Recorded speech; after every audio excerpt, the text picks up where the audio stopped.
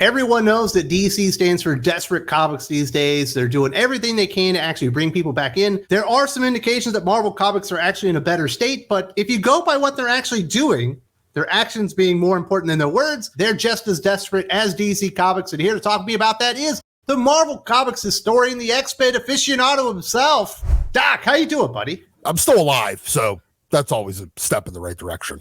Absolutely. One day is better than the next. Unless you're Marvel Age, which apparently they're going to celebrate Marvel Age 1000, Doc, to celebrate their 84th anniversary. Do we celebrate 84th anniversaries anywhere? No, we don't. That's kind of fucking retarded. No, you celebrate 80th, you celebrate 85th, you celebrate 90th. Increments of 5, 10, 25, or 50. And if you hit a 25, it's a big one. You know, yeah, it is. 25 years, 50 years, 75, 100 years. You do something really big out there. Now they're just going to make up a number 1000 issue for a comic series that didn't debut until the 80s. Why is Marvel Age to commemorate 84 years of Marvel? I haven't the slightest clue. At this point, they're not even, at least when they did Marvel 1000, they kind of, fudged some numbers in order to make it sort of make sense. But doing a 1000 issue of Marvel Age is just absurd. It's completely desperate. It is. It's desperate, it's stupid, and it's absurd. For a book that's only 40 years old, that was a monthly title, and also all Marvel Age was like a preview book. That's all that book was. It was a little preview book. It didn't even have fucking comic stories in it. Absolutely. And this is what Marvel had to say. Marvel Comics turns 84 this year. To celebrate, the House of Ideas is releasing an enormous new one-shot with the killer lineup of creators involved. J. Michael Straczynski, Mark Waid, Dan Slott, Rainbow Rowell, and the Death of Stalin director Armando Iannucci are some of the big names contributing material to the Marvel Age 1000 commemorative special. The issue is described by the publisher as a grand tour of the Marvel mythos with stories that explore the classic days of Marvel in exciting new depth. And they don't even really have very many good creators on here. I'll go through the full list and what they're going to be working on here, but that doesn't sound like much of a celebration. Why is Rainbow Rowell on there? Who's Armando Iannucci? Nobody's even heard of these people. Nobody's even heard of the fucking movie he apparently directed. This is a who's who of who cares on what's ostensibly supposed to be a big anniversary number 1000 issue. I mean, J. Michael Straczynski hasn't even worked at Marvel in almost 20 years now? No, 15 years. And he did write the most hated story in Marvel history. Yeah. I mean, since One More Day, he hasn't worked at Marvel as far as I'm aware. He left, went to DC, and then he's been working at AWA recently. What in the fuck is he even doing here? Mark Waid? Of all the people, you're actually going to think you're going to sell a comic because Mark Waid's name is on it? It's not a DC book. No, it's not. Mark Waid sells in spite of the name of Mark Waid. Rainbow Rowell just doesn't sell. Dan Slott talk. Oh, yeah, well, you got Slotto Blocktavius in there. He won't even be able to talk about it on Twitter. Apparently, he quit Twitter because they took his blue check mark. Oh, yeah. I feel like we all need to start a Sally Struthers telethon to save the blue checks. They're for $8 a month. You can sponsor a poor, sad, starving former Twitter blue check. Please. He's provided free content for the platform, Doc. He's bringing in dozens of people to Twitter to see what he has to say. I wouldn't even say dozens. He's brought singles and singles of people. Now, let's talk about these projects they're actually going to work on, Doc. I think we've had enough fun with these people. J. Michael Straczynski and Carrie Andrews are going to create the Marvel Universe in a backyard. Dan Slott and Michael Allred are going to depict a crucial turning point for Captain Marvel. I imagine that's Carol Danvers, not the real one. Rainbow Rowell and Marguerite Sauvage explore the blossoming relationship between Cyclops and Jean Grey. Never seen that story before. The original Human Torch finds his purpose thanks to Mark Waid and Alessandro Cappuccio. Fantastic artists there. The Silver Surfer confronts Mephisto under the guidance of Steve McNiven. There we go, another great artist. Jason Aaron and Pepe Larraz detail Thor's impact on immortal life. Never seen a Jason Aaron Thor story ever. Ryan Stegman explores the support network of Spider-Man's friends and family. Armando Iannucci and Adam Kubert pit Daredevil up against a very human problem. I don't know. Maybe he's going to have like shoes that don't fit or something like that. It all sounds very exciting. There are a couple of things in there that could be interesting, I guess, creating the Marvel Universe in their backyard. I used to do stuff like that with toys when I was a kid. Who the fuck is going to buy a single one of these stories individually, much less shoving them all together? Collectors, Doc. This is for collectors. This actually isn't for Marvel Comics fans or readers. Just Marvel Comics collectors. The thing is, this isn't even for comic book collectors. Oh, it is. I got more details for you, Doc. What, the 97 variants they're going to release for it and the $14 price tag that they're going to slap on it? Look, I'm sorry. It says 1,000, Doc. It makes it collectible. No, it doesn't. As a legitimate comic book collector, we stopped giving a shit about fake milestones when Marvel released Marvel Comics number 1,000.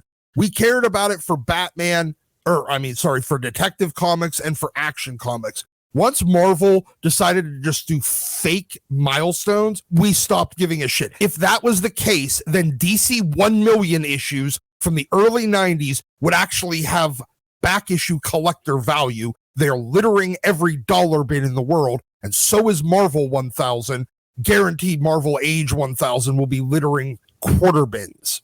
Doc, there are dozens of YouTube channels that are going to tell me and you that this is the hot comic book that you need to get before it sells out. No first appearances, no unique stories. It's slapping a 1,000 on a defunct title. Us collectors can be kind of really fucking retarded when it comes to falling for gimmicks. Even we realized where this shit just went completely sideways before. We don't fall for this stupid bullshit anymore. You're going to have 5 people at your local comic shop that'll be dumb enough to buy this, and that's it. All right, Doc. I got something that maybe this will wet your beak. Get you on board that this is an actual collectible, because that's not all. Of course, the issue is also being promoted as bringing back a classic and beloved Marvel Comics value stamp, a tradition from the 1970s that was most recently revived for a brief period in 2017 as part of the Marvel Legacy line-wide relaunch.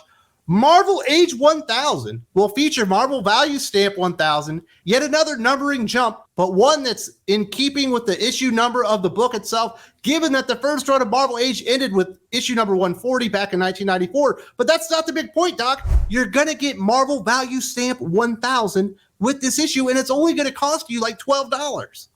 There was only 100 Marvel Value Stamps the first time around, and they all came out in like 4 months. Anybody that cut them out ruined the value of their comics. So you're going to sell something to collectors that they're not going to cut out because you don't cut stuff out of your comic book if you're a collector. This is some stupid bullshit. They brought back Foom whenever they did Marvel 1000. Bringing back the Marvel fucking value stamp for this one is just as stupid. This doesn't have you salivating to go to your comic book shop and put this on your pull list. No, absolutely. I don't know what they can do for you, Doc. No, what they can do is actually make a fucking comic story, because I'm seriously, I am looking at this list. Okay, the McNiven book or the McNiven story maybe has some potential. You're going to have Jason Aaron doing a book that nobody wants him to do anymore. You have a bunch of bullshit, legitimate bullshit with just more touchy-feely slice of life stories. I thought you were going to be excited. I can't get excited about this because I'm not a collector, and I see right through the stupid gimmick. And I go, this is entirely retarded. You're celebrating 84 years. No one celebrates 84 years. Even if it's your birthday, if you're 84 years old, only your close family shows up. No one else shows up because they wait for 85. You celebrate in 5, 10, 25, and 50-year increments. It's Marvel Age 1000. The series stopped at issue 140. They would never be near issue 1000 if it hadn't stopped. It would be like 500 or something like that. So this can't get me excited. I'm immune to it because I'm not an idiot. I thought you would be dumb enough to like this stuff. Look, dude, I don't need a fucking helmet for everyday life. That's the target audience to sell to this fucking comic. Wrap somebody up in bubble wrap. They might like this comic book. Look, if you need a cork on your fork, do you don't stab your own eye out? Do you ride the short bus to school when you're 29? Yes, you need that. You're going to be interested in this comic. But otherwise, exploring the support network of Spider-Man's friends and family, Yeah, that's going to put any asses in seats. Fuck this shit. Well, there you go. I don't know, man. People will probably buy it just because they're stupid, but I'm not even going to make you read this. It doesn't look all that exciting. So Marvel Comics are desperate. They're making up more fake milestone comic books. And now they're not even waiting for like a big year to do it. They're just having to do it because they need to juice up the sales. Things are not going well, obviously. Marvel Entertainment doesn't exist anymore. Disney are laying people off left and right. And I imagine Marvel Comics realize they need to pump up the bottom line. Marvel Comics are going to be taking shortcuts and doing really lazy stuff like this.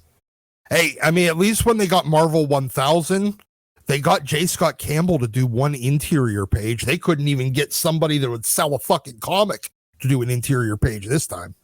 Oh, Carrie Andrews, Steve McNiven, Stegman. McNiven can sell a comic on his name. Nobody buys a comic for Ryan Stegman's name. Nobody buys a comic for Mike Allred's name. Nobody buys a comic for Capuccio. Adam Kubert? Honestly, he's dependable, but he's not a draw. We did mention the Marvel Comics 1000 that they released. It was just a gimmick, a fake milestone, because Action Comics and Detective Comics 1000 had done so amazingly. They just made this up. I actually reviewed this one. I will not be reviewing Marvel Age, but if you're interested in what I thought about this fake milestone, definitely check it out right here. There's also a link in the video description.